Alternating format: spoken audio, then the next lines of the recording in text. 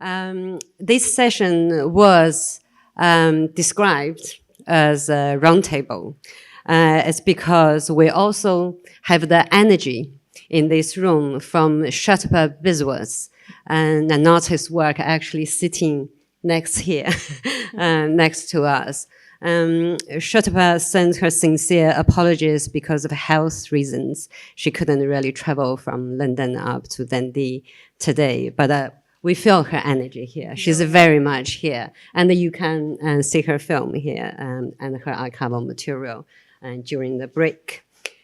So I just quickly, just a couple of lines. So Elsa Greenan, I've known Elsa for a decade, I think, when I first started looking into feminist discourse in culture and art practices. So Elsa is a curator at a women's art library in Goldsmiths. I know many audience here actually had encountered with Elsa in the past, that had amazing generous support from Elsa for their research. And Sabrina Henry is a new friend of mine, but a very, very dear friend I hold very close and to my heart. The reason, so Sabrina is a curator at the moment. Is a freelance curator, but also a costume maker. But until a few months, 2 months ago, Sabrina was the head of a program at the CCA Glasgow. We two met through the Ignorant Art School, but also through other artists. Sabrina has provided incredible support of. So that's why I wanted Sabrina to be on this panel, because I could see Sabrina's ambition to establish this supporting structure in Scotland for artists and practitioners of color. To me, that talks a lot to the topic of today's roundtable, feminist friendship. I also want to just say a couple of words about the title. So this roundtable is entitled "To Whom Do I Owe the Woman I Have Become?" Is a quote from Audre Lorde's captivating book, Zami, A New Spelling of My Name. So Audre explains in her book, Zami, that Zami means, it's actually is a karaoke name for women who work together as friends and lovers. So she starts the book with 3 questions. The first is, to whom do I owe the power behind my voice? What strength I have become?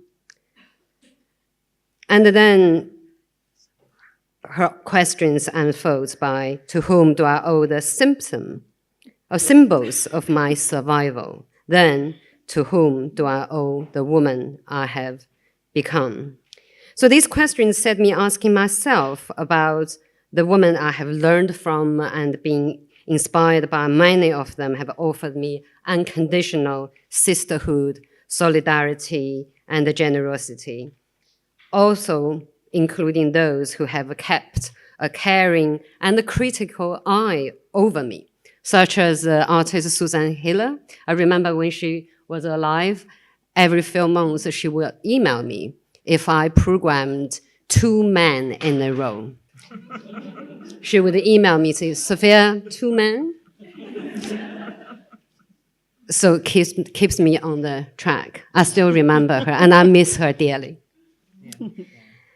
So today I'm thrilled. I have this luxury to be joined by so many amazing women, all of you here around me, but also our brothers, comrades, feminist comrades, our brothers. So also I'm sitting beside 2 of them. So that's my preamble.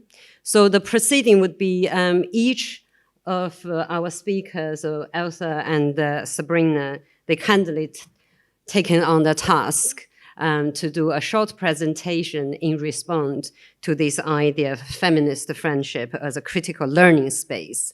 So critical, i.e. I've already given you an example how Susan looked over me. But but also how politics and difference and solidarity underscore this, but in relation to their own context. So I should hand over to you. Is Elsa going to start first? Yeah, a second. Right. So this was one of the titles. I've spoken about collections being a gathering space before. I look after something called the Women's Art Library, and I'm based at Goldsmiths Next.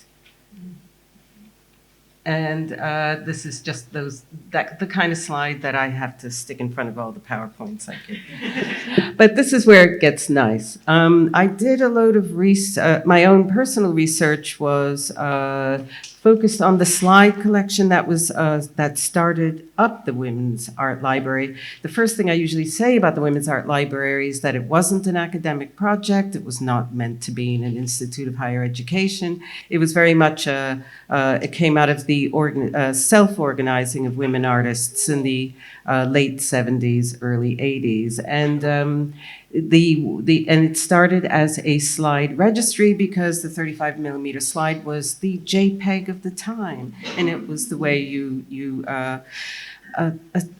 not only represented your artwork and disseminated images of your artwork, it was also a way, because it was an expensive thing to actually produce, it was a way of artists would assert and affirm how they identified themselves as an artist. So the Women Artist Slide Library is non-hierarchical in the sense that if you identified as an artist and you had made slides of your work, those slides were welcomed into the collection. And the way the whole rationale behind a slide registry would be to connect the artwork with people who would want to see them. And I have this slide up, this image up here of Kim Valdez's work, because this is a very recent example of these slides, this redundant technology, still getting an artwork out of a shed and into an exhibition at the Barbican, miraculously. So next.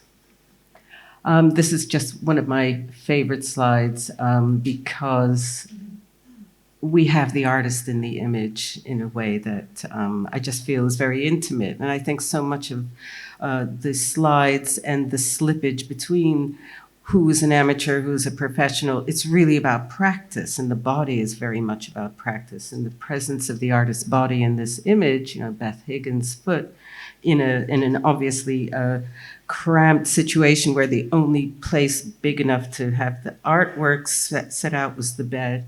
This is, I don't know, a sort of beautiful intimacy that a lot of the slide collection means to me. Next.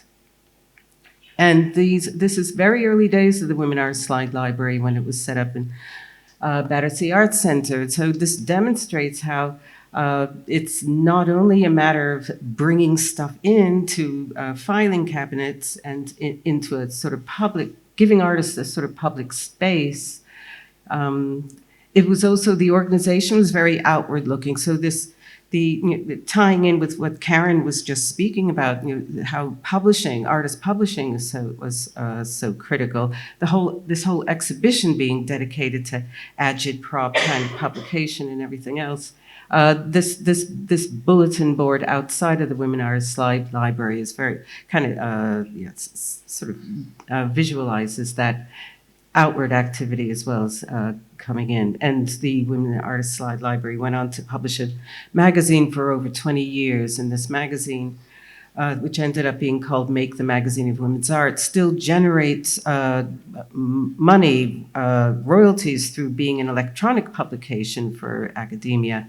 And that money is the money I can use to supporting artistic research in the Women's Art Library at Goldsmiths. The money doesn't come from Goldsmiths. Next. And so here we are in Fulham Palace. And one of my favorite people. Fulham Palace is where I first came into contact with the Women's Art Library as somebody, as a volunteer, as being one of those people sitting at the table. There's Katie Deepwell in the back, just in front of the postcards and their sort of burgeoning collection of books and magazines. And we have Rita Keegan at the front, pondering the keyboard. But next, I have her where she really belongs. So I've written about this Rita at Fulham Palace. The room we were occupying was the Bishop's Library, and this is the point where all these years later, as we were speaking with Sabrina a couple of days ago and Sophia, when you think of the woman who has made you, sometimes you don't you haven't thought about this woman for quite a long time, or she's been kind of in the background, but nobody asked you the question. But I was asked the question by Ego Ahiwe-Sawinski, who was part of this group called X Marks the Spot, who came to look at the Women of Color Index, which was established by Rita Keegan at this point in the history of the Women's Art Library, to write about when I first encountered Rita. And I realized that Rita, behind the desk, she had created a kind of threshold of knowledge exchange with this desk. Rita when she was in that room, sort of organizing papers into folders to create a kind of index, to create a kind of educational resource, she was also somebody that always had a visitor, always had somebody sort of in a sort of conversation that just taught me and has informed me ever since that so-called archive work, or working in a library, is really people work. It's not necessarily just books and the publications that come in and you put it on a catalog so that you can find them again. You really have to find the people behind those materials too, and that's not always easy to remember on a day-to-day basis. Next. The collection was gifted to Goldsmiths when the arts funding came to an end. It always comes to an end sooner or later. And so, and this was around 2003, 2004. Bit of a culture shock for me from having been working with an artists organization to be working with the university. But they hung on to me because I knew what the stuff was. And it was a very sizable addition to the special collections at Goldsmiths. They didn't have anything else to speak of on visual art. They had a terrific music collections, but not visual art. So, I was valued for my knowledge, which was, great. I'm grateful to them, really.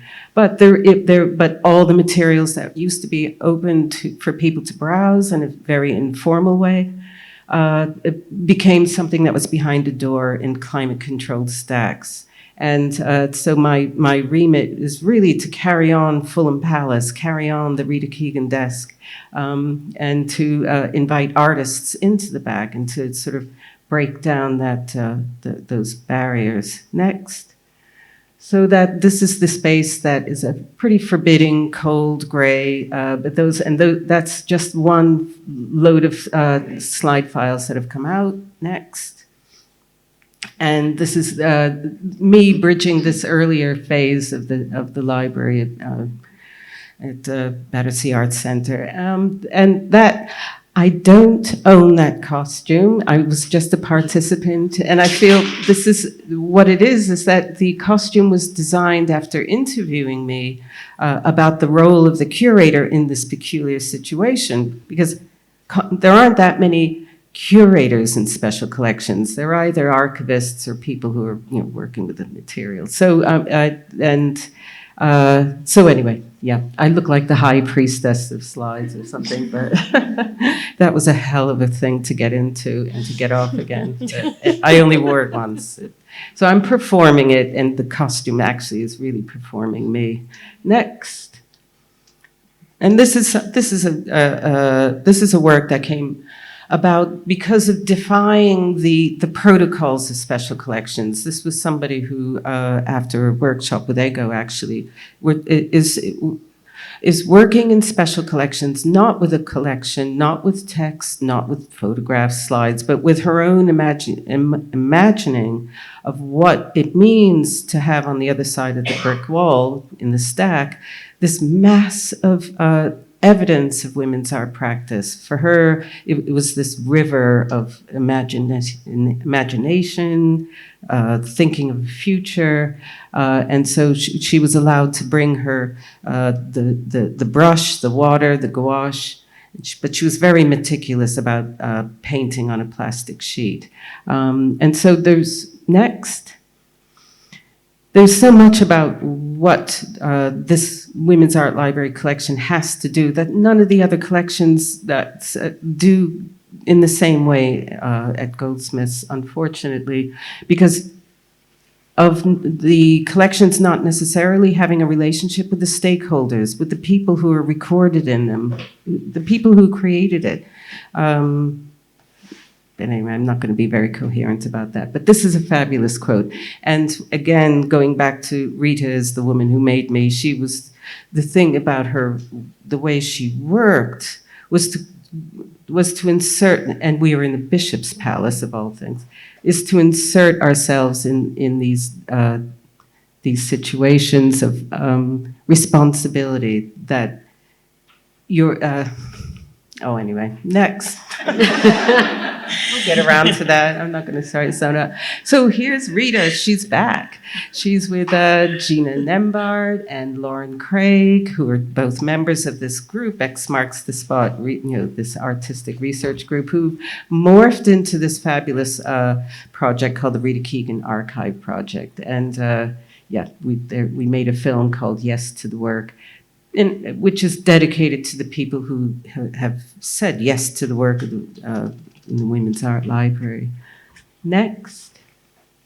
And this is a different kind of intervention into the idea of finding aid in a special collection. This is the publication made by X Marks the Spot to approach the Women of Color Index, which is just a load of 100-odd files, but has artist pages. Next.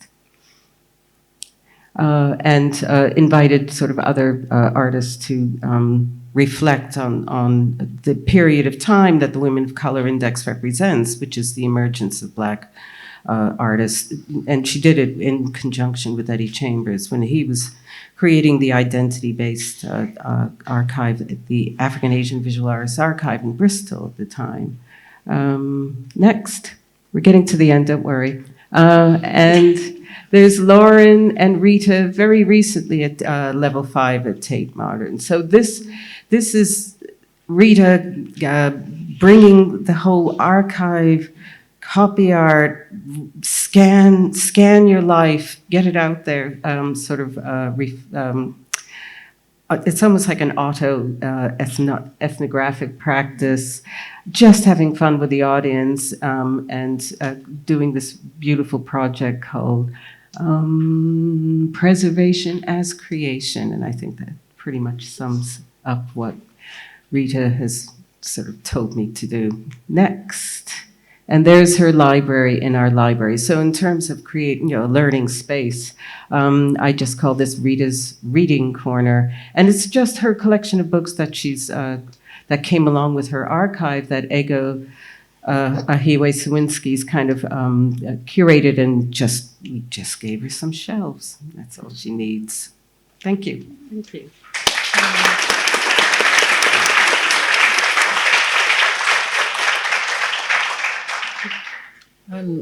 Hello. Okay. Yeah, that was beautiful to hear a tribute to a person, and just to understand how they have enriched how you work and how you think about what you're doing. I've probably picked many people and not really named any of them, but I'll just start, and I've pulled together. So, Eni Ori Ashi. I was supporting a workshop this week led by Ashanti Harris, where she asked participants to work through an exercise developed by Ranjana Thapayal, which uses the Yoruba philosophy of self. The exercise asks you to position yourself in the center of a triangle with no specific top or bottom, where each point symbolizes a different aspect of your coming to be, the unborn, the mortals, and the ancestors, all, the past, present, and future. Using this to understand who I owe the woman I've become, I'll start with Talani Rachia, who asked, "What do you remember?" My grandma Asenet grew up in Monkey Hill in St. Kitts. She had Alzheimer's and sometimes just a hilariously selective memory. Asenet once tried to escape my cousin's flat through the ground floor window, claiming that she had no idea how she got there. They must have drugged her. She just wanted to go home, home, home. Each reminder of something she did that from her perspective was implausible prompted a look of shock as she exclaimed, "Who, me?" She punctuated each word with an elaborate hand gesture. "Who?" Black girl shrugging emoji. "Me." She brings her hand sharply towards her chest while her body recoils, then straightens in outrage against her hands. My cousin's daughter has taken on the same gesture. Most conversations I have with her, or I had with her, start, "Where's my piece of cake?" Translation, "When are you getting married?" And when I say I'm not so sure about it, she says, "Yes, well, soon as them put them ring upon your finger, them think they own you." She speaks the gentlest patois on the phone to me. I'm the only one in the family who needs it anglicized for my ear. From the principle of adaptation came the cultural process known as creolization. From the principle of resistance comes the segregation principle, which I label maroonage. From the contradictory adaptation resistance process comes the concept of indigenization. These three processes lead to three well-defined philosophies of action on the part of Black people in the New World. Creolization leads to the philosophy of integration, maroonage leads to the principle of separation, indigenization must lead to the principle of liberation. Sylvia Winter, Black Metamorphosis. In a workshop, I was asked to describe a moment that you felt in your body is intensely supportive or intensely precarious whilst in an art space. Following a year-long equality, diversity and inclusion review, all the Black and POC people were asked to attend a meeting in the Wumia space in the building, where the information in the report would be discussed. The report was fairly damning, but not surprising for participants in the room. It cited the organization as institutionally racist and noted that in order to progress, it would need to address these structural issues if it hoped to work towards an equitable future. In the context of existing in a world of multiple layered oppressions, the people of color in the room were already aware of the context they worked in. However, the report quoted personal accounts as evidence, and we were brought together to understand if the document should be shared with the wider staff team. In the background, I had been part of various conversations about being promoted at the end of the year, in part from my perspective on the basis of the findings of the report. The meeting was tense, mainly as everyone in the room could feel the precarious miasma of having shared their experiences. The main worry was whether they would experience worse conditions, as quotes were easily attributable to individuals and perhaps not nuanced enough for non-BIPOC members of staff to understand. Essentially, the issue of how white fragility tends to take precedence over the harm caused by racist dynamics. The meeting unfolded. I don't remember the exact moment that I felt the atmosphere shift. It was perhaps the unfolding layering of everyone's stories on top of each other, the fact that no one could look each other in the eye, the change of frequency and end of resonance as though your feelings just bounced off others and straight back into you, the fact that a member of staff had said that they wouldn't have resigned if they'd known the leadership would change. But maybe the truth was that it was, as I understood, that my promotion placed me in a proxy position to absolve the institution of its racism whilst bearing witness to the case studies of my friends and colleagues, and therefore having to make a choice between genuine support for and from the people I care for, or more money, more power, and a less precarious standard of living, all the while realizing that no one in the team had any idea that my position in a dynamic of approximate equals was about to change. I felt very alone, scared, and like I'd broken trust. In the report, I'd commented on the likeness of the institutional structure to a plantation economy. By that, I was talking about the hierarchy of bodies in the institutional space. Who works the field, who threshes, who orders around the workers and enslaved, and who is invited into the house. The outcome of that moment still feels a failure on my part to foresee the plan I'd fallen into, but also how easy it is for power and resources to charm. The human is the territory of whiteness. It's what non-white people have been denied access to. Maybe we don't need access to the human anymore. Maybe we don't need to perform a politics of visibility. Maybe what we need right now is to leave the plantation behind, is to walk out and to walk into those cracks in the body and the flesh of whiteness and perform the scandalous work of becoming animal. Bio Akomolafe. What have I survived? What did I change? What is my commitment? What is my message to the world? Some questions put in Tending Grief by Camille Barton. I have survived by transforming ancestral grief from stolen dreams into tools and maps for unconditional loving. Just be. They move through you. They live in you. They are indifferent to you. So, Wow.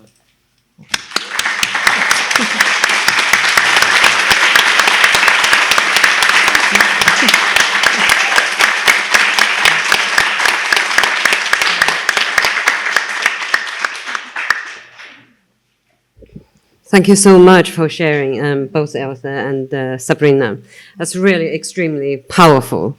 It's quite interesting. This morning in my welcome, I quoted the master's tools will never dismantle the master's house, and how we could get the tools in our own hand.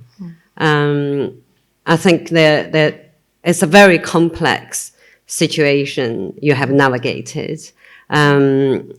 But also at the same time, it reminds me, and many speakers already talks about this idea of being inside the circle or outside the circle or actually on the fence, and where we should be and how we could find the advantage point either inside or outside the circle.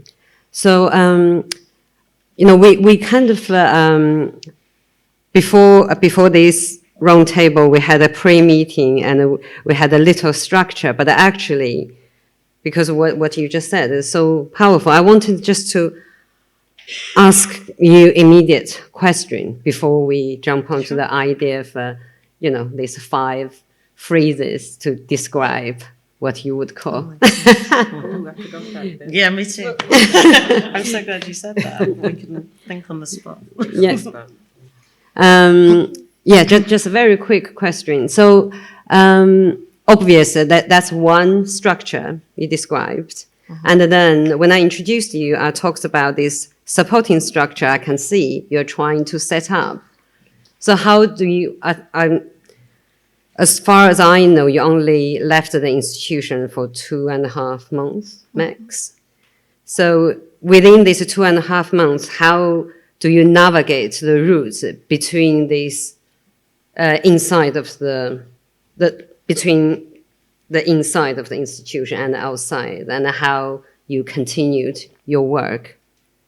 Is anger one of the? I mean, probably.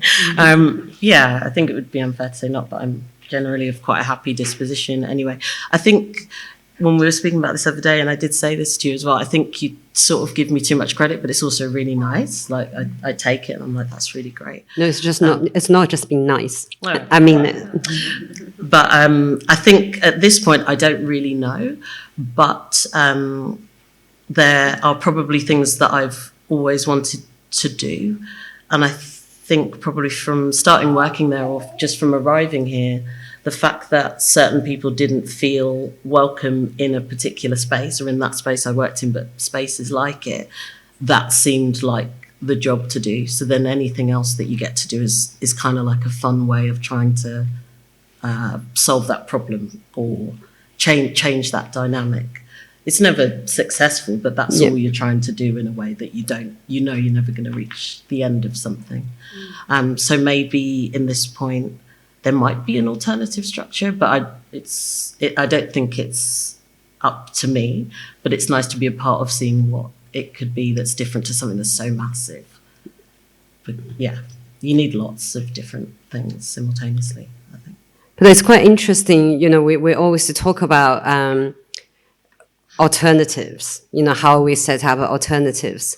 But then at the same time, I think this discussion has been going on for a long time. Although, we're surrounded by beautiful artworks, we want to talk about the beauty of the art. But behind the doors, there's a lot of nitty-gritties going on. how we navigate through the institution, it's always a question of a dilemma. It's quite hard. But then at the same time, is it really a powerful thing to do if we find a way outside of the institution to survive? I think that's always a question. And I find myself constantly asking this question myself. But then, do we just leave the fight? Or is it possible to set up an alternative place? I know that's perhaps impossible to answer, but then I also threw the question to the room. But I also want to know, you perhaps learned a lot from other artists in the slides. Yes. Oh, yes, yeah. But I'm aware that it's time because somebody's holding up a time thing. Yeah, okay. That conversation went well. How do I ignore the person with the little... No, but maybe we can just have a little chat about this.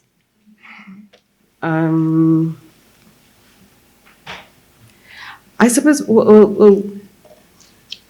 I think it morphs. Okay, so if you create something, and I think what will happen in this, you fill the gaps. If you're a practitioner, if you keep with the practice and not worry about the